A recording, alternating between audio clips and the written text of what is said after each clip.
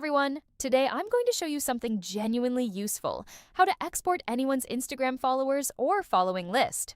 And not just that, you'll also be able to pull the people who liked or commented on any post. Let's get into it. First things first, click Add to Chrome to install the extension. Once it's installed, pin it from the top right so it's always one click away. Then go ahead and sign in with your Google account. It only takes a second.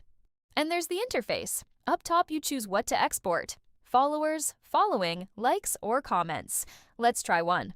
I'll grab 50 followers from this account. I'll set the speed to fast so it moves quicker and hit start. And there's our list, exactly 50 accounts. From here, you can download it in whichever format you like. I'll go with Excel, and we'll take a look at what's inside together.